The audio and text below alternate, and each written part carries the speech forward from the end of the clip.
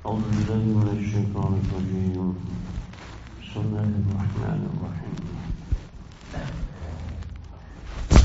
ومن الناس من يعبد الله على حرف فإن أصابه خير اطمأن به وإن أصابته فتنة انقلب على وجهه خسر الدنيا والآخرة ذلك هو الخسران المبين.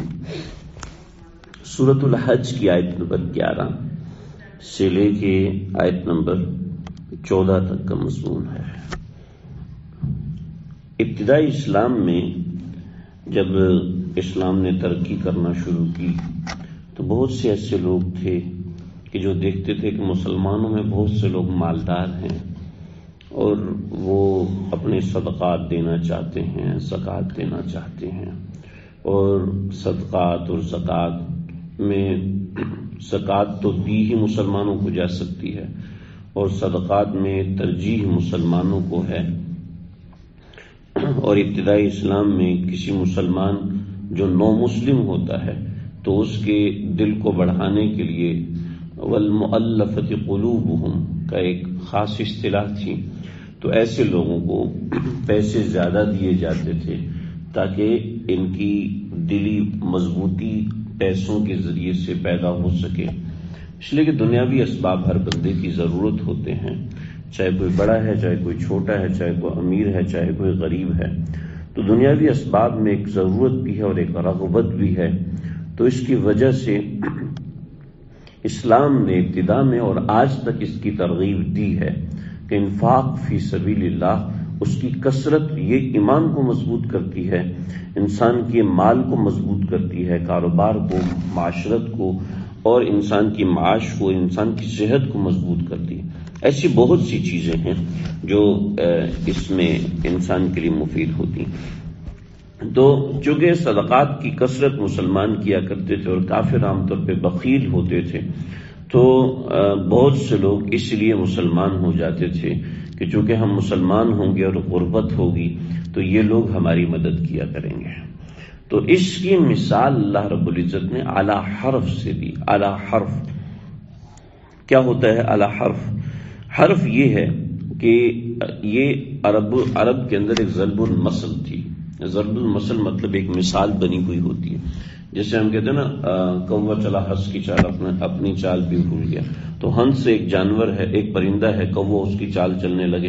تو ایک ضرب المثل ہے کہ اگر کوئی شخص کسی دوسرے کی نقل کرنا شروع کرے اور نقل بھی نہ آئے اور اپنا بھی کام بھول جائے تو ہم اس کے لیے یہ کہتے ہیں. ایک بندے کو کام نہیں آتا لیکن وہ بہانے کرتا ہے تو ہم اس کے لیے جو محاورہ استعمال کرتے ہیں، ناچ نہ جانے آنگن ٹیڑھا، کہ کام تو آتا نہیں ہے بس بہانے ادھر ادھر کے کر رہا ہے، تو اس کے لیے ایک ضرب المثل. ایسی اعلی حرف ایک ضرب المثل ہے عرب کے اندر. یہ ایسے بندے کے لیے ہے کہ جب جنگ ہو رہی ہوتی تھی تو کچھ لوگ ایسے ہوتے تھے کہ جو الگ سے کھڑے ہو جاتے تھے چھپ کر، اور چھپ کے کھڑے ہو جاتے تھے تو ان دو فریقوں میں سے جو جنگ جیتتا تھا یہ اس کے صف میں جا کے شامل ہو جاتے تھے. کیونکہ اس زمانے میں یونیفارم وغیرہ تو کوئی ایسی چیز ہوتی نہیں تھی، تو اپنے ہتھیار لے کے ان کے ساتھ شامل ہو جاتے، اور جو لوگ انہوں نے مارے ہوتے تھے تو ان کا مال غنیمت اٹھانا شروع کر دیتے، یہ بتانے کے لیے کہ ہم بھی تمہارے ساتھ ہیں. تو ایسے لوگوں کو کہتے تھے اعلی حرف، یعنی کنارے میں کھڑے ہوئے. حرف کہتے ہیں کنارے پر کھڑے ہوئے لوگوں کو. تو یعنی ادھر فائدہ ہوا تو ادھر چلے جائیں گے، ادھر فائدہ ہوا تو ادھر چلے جائیں گے. تو ایسے ہی کچھ لوگ ایمان اس لیے قبول کرتے تھے کہ اسلام میں فائدہ ہوا تو اسلام میں چلے جائیں گے، کفر میں فائدہ ہوا تو کفر میں چلے جائیں گے. تو اللہ رب العزت ایسے لوگوں کا بیان یہاں سے فرما رہے ہیں. وَمِنَ النَّاسِ مَن يَعْبُدُ اللَّهَ عَلَى حَرْفٍ، لوگوں میں سے کچھ ایسے بھی ہیں جو اللہ کی بندگی ایسے کرتے ہیں علی حرف کہ وہ کنارے پر رہتے ہیں. یعنی میں نے بتا دی کنارہ تو ہم ترجمہ کر رہے ہیں، اصل یہ ضرب المثل ہے. فَإِنْ أَصَابَهُ خَيْرٌ اطْمَأَنَّ بِهِ، اگر ان کو خیر ملتی رہتی تو مطمئن رہتے ہیں، یعنی پیسہ ملتا رہتا ہے تو وہ مطمئن رہتے ہیں. وَإِنْ أَصَابَتْهُ فِتْنَةٌ، اگر ان کو یہاں پہ تکلیف آزمائش پہنچتی ہے تو انقلب علی وجہہ، تو وہ اس رخ پہ پلٹ جاتے ہیں. خسر الدنیا والآخرہ، دنیا اور آخرت کا نقصان کرتے ہیں. ذالک هو الخسران المبین، اور یہ بہت بڑا خسارہ ہے، یعنی خود غرضی ہے. دین کے اندر بھی خود غرضی، عقیدہ اختیار کرنے کے اندر بھی خود غرضی. اس سے سمجھ میں آتا ہے کہ اگر آپ نے کسی کو اپنا بڑا بنانا ہے تو کسی خود غرضی کی وجہ سے نہ بنائیں، بلکہ دیکھیں کہ میرا دنیا اور آخرت کا نفع کہاں پر مل رہا ہے وہاں پر جائیں، چاہے وہاں آزمائش زیادہ ہو، چاہے وہاں پر سختی زیادہ ہو۔ جیسے آپ نے کسی فیلڈ کا انتخاب کرنا ہے اپنی زندگی کے اندر کہ مجھے کون سی فیلڈ اپنانی چاہیے، اس فیلڈ میں جانا چاہیے، اس فیلڈ میں جانا چاہیے، اس فیلڈ میں جانا چاہیے۔ ہر آدمی کا مزاج اس کے مناسب ہوتا ہے۔ ایسا نہیں کہ میں چونکہ دیندار ہوں تو مجھے مولوی ہی بننا چاہیے، میں چونکہ دیندار ہوں تو مجھے قاری ہی بننا چاہیے، اس کے بغیر میرا گزارا نہیں۔ اگر آپ کا مزاج اس طرح کا ہے کہ آپ کو ڈاکٹری پڑھنی چاہیے، آپ کا مزاج بتاتا ہے، تو آپ کو وہ فیلڈ لینی چاہیے۔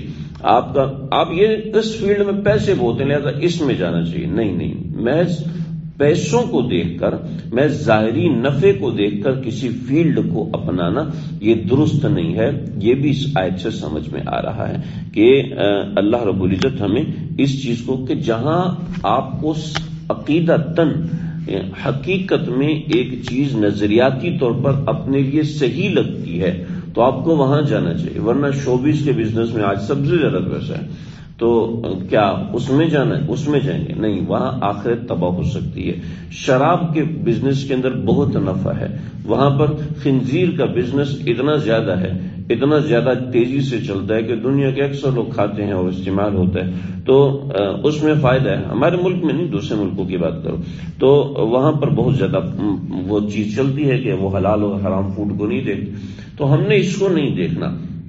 یہ ہماری معاش پر بھی آیت اثر کرتی ہے، بتاتی ہے کہ جو آپ ذہنی طور پر عقیدے کے اعتبار سے کسی فیلڈ پر مطمئن ہیں تو اس پہ جانا چاہیے۔ اب مسئلہ یہ ہوا کہ آپ محنت کر کے ڈاکٹر بن گئے اور ڈاکٹری کرتے کرتے ایک بندہ آپ کے ہاتھ سے مر گیا، تو اب جناب وہ یہ فیلڈ نہیں کرنی، اس کو چھوڑو کسی دوسری فیلڈ میں جاؤ۔ ایسا ہوتا ہے دنیا کی کسی بھی فیلڈ میں، آپ ہر وقت خوش نہیں رہتے، چاہے آپ کو کروڑوں کی دولت ملے اور چاہے آپ فاقے میں بیٹھے ہوں، کسی بھی فیلڈ میں آپ ہر وقت خوش نہیں رہتے، کبھی وہاں پہ اچھائیاں ملتی ہیں، کبھی وہاں پہ برائیاں ملتی ہیں، لہٰذا آپ اپنے طور پہ مضبوط رہیں۔ اب اس آیت کو اس تناظر سمجھے، وَمِنَ النَّاسِ مَن يَعْبُدُ اللَّهَ عَلَى حَرْفٍ، کہ بہت سے لوگ فیصلے ایسے کرتے ہیں کہ بس دو طرفہ فیصلہ ہو، ادھر یا تو ادھر چلا جاؤ یا ادھر چلا جاؤ، کوئی ایک فیصلہ نہیں کرتے۔ فَإِنْ أَصَابَهُ خَيْرٌ اطْمَأَنَّ بِهِ، جب اس کو فائدہ نظر آتا ہے کہ ہاں اب ٹھیک ہے، اب اسی فیلڈ کی طرف جانا ہے۔ وَإِنْ أَصَابَتْهُ فِتْنَةٌ، اور اگر اس کو اس فیلڈ کے اندر تکلیف نظر آتی تو انقلب علی وجہہ، تو اس طرف چلا جاتا ہے۔ کہتا ہے نابین خسر الدنیا والآخرہ، ایسا شخص دنیا میں بھی نقصان اٹھاتا ہے اور آخر میں یعنی بھی نقصان اٹھائے گا، بعد میں بھی نقصان اٹھائے گا۔ ایک فیلڈ پکڑ لے اور اس کے اوپر جم جائے، اور اسی طریقے سے دین کے اندر ہے کہ من قال لا الہ الا اللہ ثم استقیم، جو لا الہ الا اللہ کہہ دے پھر اس پر جم جائے، ڈٹ جائے۔ ذالک هو الخسران المبین، جو ایسا کرتا ہے یعنی جہاں فائدہ ہوا وہاں چلا گیا، جہاں نقصان ہوا وہاں سے ہٹ گئے، تو ایسا شخص ہمیشہ خسارے میں رہتا ہے۔ اگرچہ بظاہر اس کو نظر آتا ہے کہ ہاں یہاں پہ مجھے فائدہ مل رہا ہے، لیکن ہمیشہ کے خسارے میں رہتے ہیں۔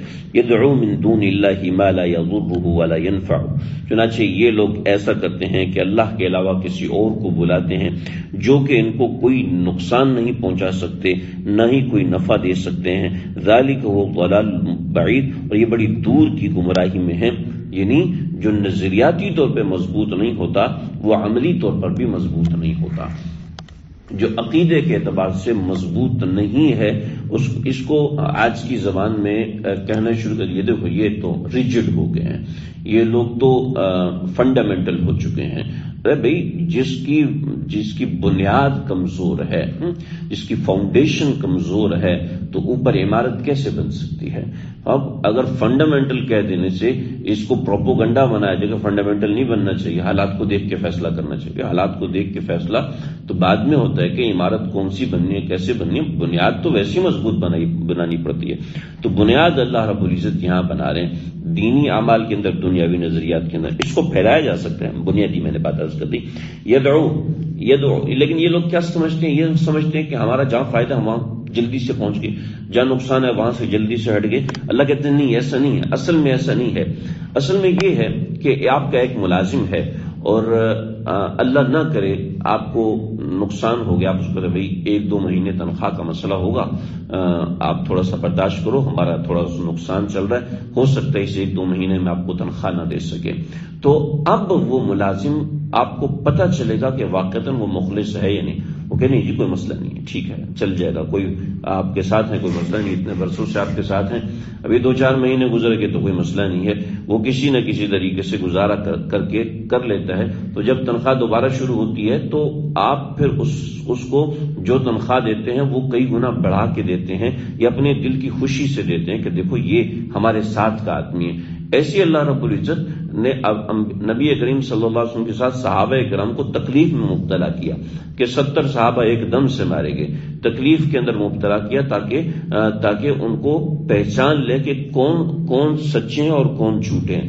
چنانچہ عبداللہ بن ابی رئیس المنافقین پیچھے ہٹ گیا، پتہ چل گیا لیمیز الخبیث من الطیب، تاکہ برائی اچھائی سے ہٹ جائے۔ ایسی اللہ ہر بندے کی زندگی میں، آپ کی میری ہر بندے کی زندگی میں اللہ مشکل وقت بھی لاتے ہیں اور آسان وقت بھی لاتے ہیں۔ آسان وقت میں جو آپ کے ساتھ ہے اور مشکل وقت میں آپ کے ساتھ نہیں ہے تو یہ سمجھ لیمیز الخبیث من الطیب کہ آپ کا فرما بردار، آپ کا وفادار اور آپ کے بے وفا میں مسئلہ گڑبڑ ہو گیا کہ آج تو باس بہت اچھا ہے، کل باس نے غصہ کر دیا، کل باس نے ناراضگی کر دی، کل اس نے کوئی حق مار لیا آپ کا، تو اس وقت وہاں سے بھاگ گیا، نہیں یہ نہیں ہونا چاہیے۔ اللہ فرماتے جو ایسے کرتے ہیں نا کہ جہاں فائدہ ہے تو وہاں چلے گئے تو یدعو لمن ضرہ، کہ اس کو بلاتے ہیں جو ان کو نقصان پہنچاتا ہے، اقرب من نفعہ، کہ اس کا نقصان جو ہے اس کے فائدے سے بہت بڑا ہے، بہت بڑا، نظر تو آ رہا ہے کہ وقتی طور پہ فائدہ ہے۔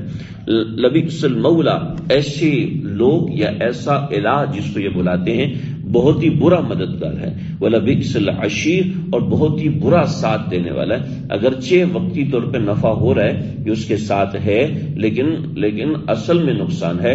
اس کو آپ سمجھے، جو میں نے ملازم والی مثال دی ہے اس سے بڑا اچھے سے سمجھ میں آ جائے گا کہ جو اس وقت ملازم چھوڑ کے چلا جاتا ہے تو اس کے لیے کوئی آگے مستقبل میں نہ آپ کے پاس جگہ ہوتی ہے اور نہ کسی اور کے پاس جگہ ہوتی ہے۔ جب کسی کو پتہ چلے گا اچھا مشکل میں تو ایسے چلا گیا تھا، لیکن اللہ رب العزت آگے ان لوگوں کا بھی ذکر فرما رہے ہیں جو ایسے مواقع پہ اللہ رب العزت کے ساتھ اپنا عقیدہ مضبوط رکھتے ہیں۔ یہ ایسے مواقع پہ ہوتا ہے جب کوئی ایسی تکلیف آتی ہے جو انسان کو سمجھ میں نہیں آتی، جیسے صلح حدیبیہ کے موقع پر ایسے ہوا کہ صلح حدیبیہ لکھا جا رہا ہے اور ایک صحابی رسول وہ پہنچ گئے، اور پہنچنے کے بعد صلح نامہ لکھا جا رہا ہے، وہ پہنچ گئے تو بھی دستخط نہیں ہوئے، تو حضرت عمر نے کہا یا رسول اللہ اس کو تو اپنے پاس رکھ لیں۔ آپ نے فرمایا نہیں، معاہدہ لکھا جا رہا ہے۔ پھر بھی آپ نے پوچھا، تو اب یہ موقع تھا صحابہ کی آزمائش کا، اور صحابہ اس موقع پہ پورا سورہ پورا مکمل اترے کہ کس طریقے سے اللہ کے نبی کا ساتھ کیا، اور ایسے بے شمار موقع پر۔ تو ان اللہ يدخل الذین آمنوا وعملوا الصالحات، اور بے شک یقین رکھو کہ اللہ داخل کرے گا جو مضبوط اور ثابت قدم رہتے ہیں دین کے اندر اور اسی طریقے سے دنیا کے معاملے کے اندر۔ آمن وعمل الصالحات جنات تجری من تحتها الانہار، جیسے اس کا انجام اچھا ہے ایسے دنیاوی معاملات کا بھی انجام اچھا ہوگا۔ ان اللہ یفعل ما یرید، اور یاد رکھو کہ اللہ جو چاہتا ہے کرتا ہے، یعنی اللہ چاہے تو کسی شخص کو مستقل نقصان میں رکھے لیکن اس میں اس کا فائدہ ہوتا ہے، اور اللہ جس کو چاہے مستقل نفع میں رکھے، یہ اللہ کی مرضی ہے۔ کوئی یہ نہ کہ بھئی میں تو مستقل نفع میں چل رہا ہوں، میرا کبھی نقصان نہیں ہوا۔ آگے جواب دے دیا ان اللہ یفعل ما یرید، اللہ جو چاہتا ہے کرتا ہے، اس کو کوئی پوچھنے پکڑنے والا نہیں۔ اللہ سمجھنے کے